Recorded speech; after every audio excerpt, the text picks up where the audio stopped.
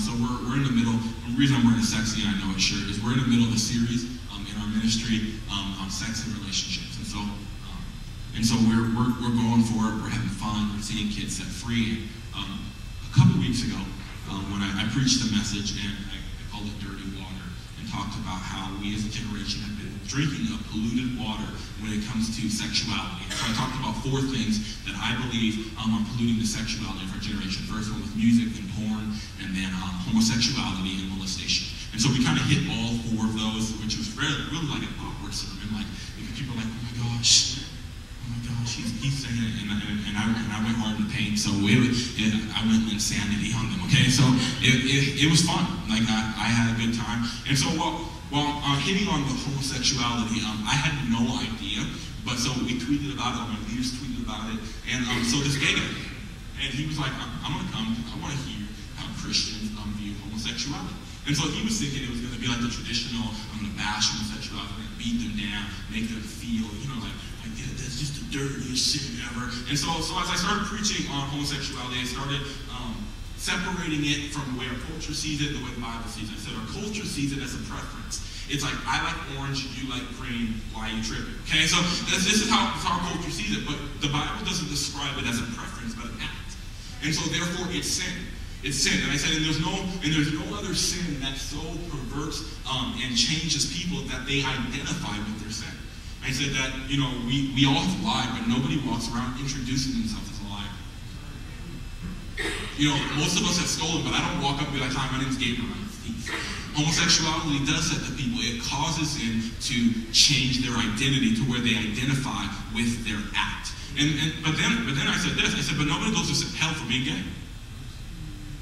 I said, you know why people go to hell? Because they don't have Jesus. And so that honestly shocked people. Like, no, they go to hell on Jesus. This is the condemnation, that they did not believe in the one and only Son. That is the condemnation.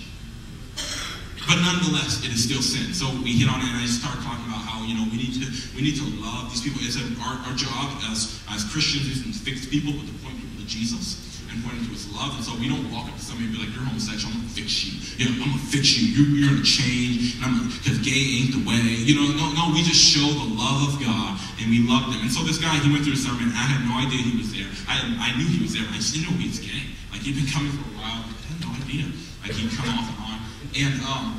And he wrote me on Facebook, like, private message me, and he's like, I want to meet with you. And so by then I knew he was gay. I'm like, oh crap, yeah, it's going down. He's about to throw some blows and sharks. And so he sat down with me, and I mentioned in my sermon how, there's no judgment. It's like, I just love people, and I want to see people change. So much so that I feel called in my life that in the next 5 years, me and my wife, we're going to launch out and plant a church on Capitol Hill, which is our gay district in Seattle. And so we want to be there. We want to be right in the lion's den and reach people and love people and have these crazy parties where Jesus saves people. And so I said this, and so he wanted to meet with me to tell me how to reach gay people on Capitol Hill. This is a gay guy, openly gay.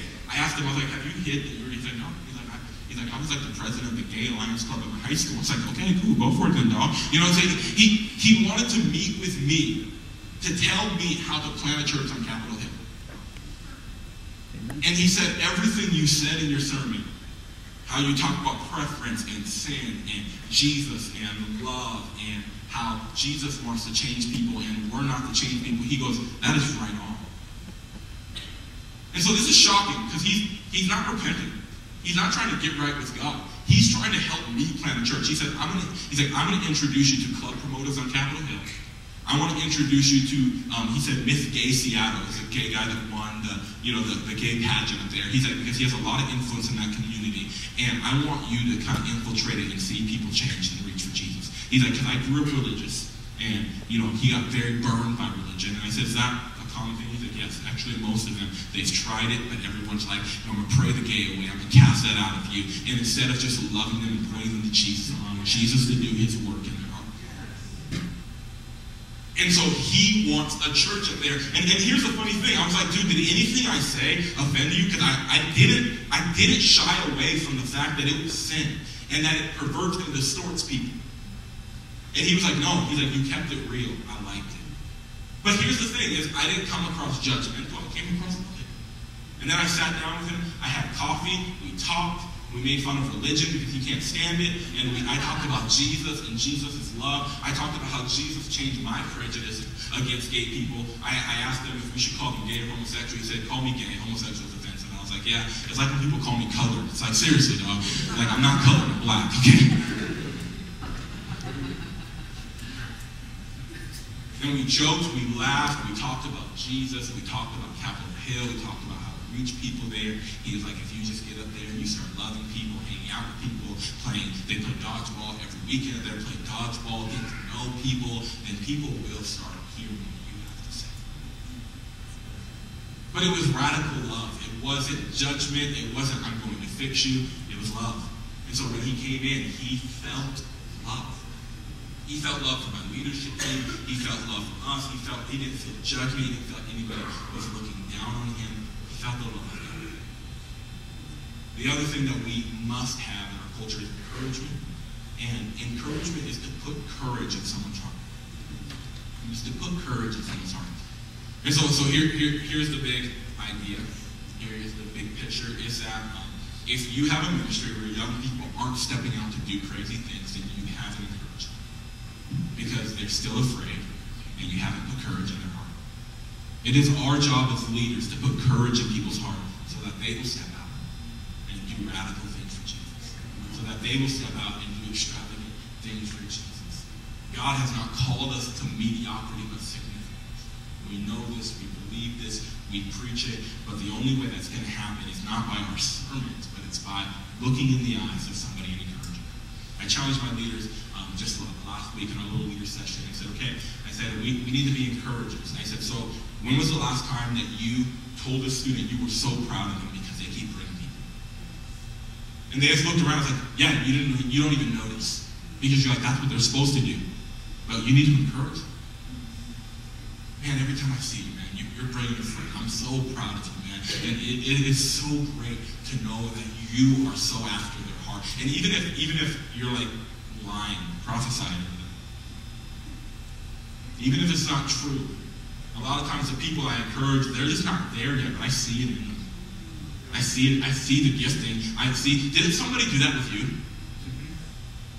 Let me just say, I know I would not be a pastor today if someone did not see the potential, because I saw no potential. People would say, what do you want to do with your life? And I was like, I'm going to be a drug dealer. That works for my family. That works out. That fits, the way we roll. But if somebody looked in my eyes and says, when I was 12 years old, Gabe, I see destiny. I'm like, you're an idiot. You see nothing. I see purpose. I see a call. I see that you're a leader. I'm like, how am I a leader? I'm homeschooled. I don't lead anybody. Seriously, I lead my 4 siblings, my 4 younger siblings, and then I have 4 older ones that will lead me around. So I have a big family, and I'm not a leader. Like, I'm just the oldest of the second batch of kids. My parents had this in litters, batches, first batch, second batch. I had to give context to that joke.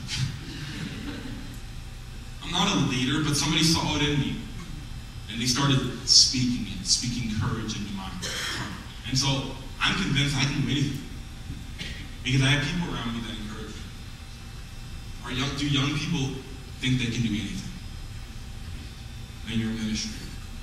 Or do they feel marginalized? Or do they feel like, I can't do anything right now? You need to look into their eyes and draw courage. Now, with all this, and I'm going to end here, with all this, one thing you need to know with building culture and all that stuff is that culture takes time. Takes effort, a lot of time. It's like turning a big ship with a tiny little rudder, and it's not going to turn right away. And so, be encouraged.